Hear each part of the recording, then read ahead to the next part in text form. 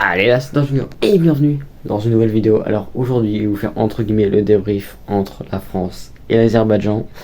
Alors je vais vous citer mon top 3 réussite et mon top 3 flop. Premier flop, je commençais par Théo Hernandez.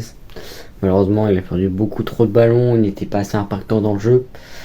Voilà, on l'a pas assez trouvé dans l'espace, on l'a pas assez trouvé sur les côtés.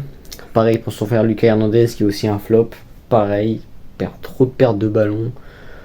Pas assez de vitesse dans le jeu, malheureusement c'est à cause de lui aussi qu'on se prend le premier but, pas à cause que de Gusto, mais il y a aussi à cause de lui et son frère Théo Hernandez.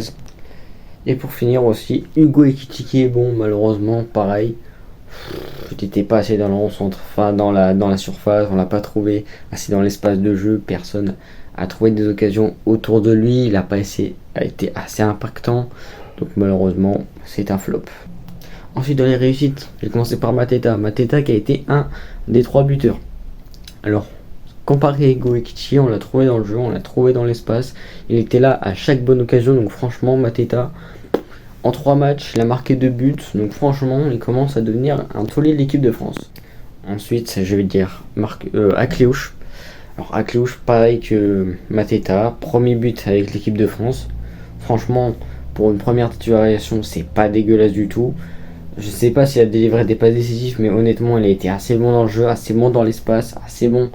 Il a eu énormément de vitesse sur les côtés et il a réussi à être bon physiquement face à la défense de l'Azerbaïdjan qui était très regroupée. Pour finir, Malo Gusto. Alors vous allez me dire, oui, mais c'est à cause de lui qu'on se prend le premier but, nanana. Non.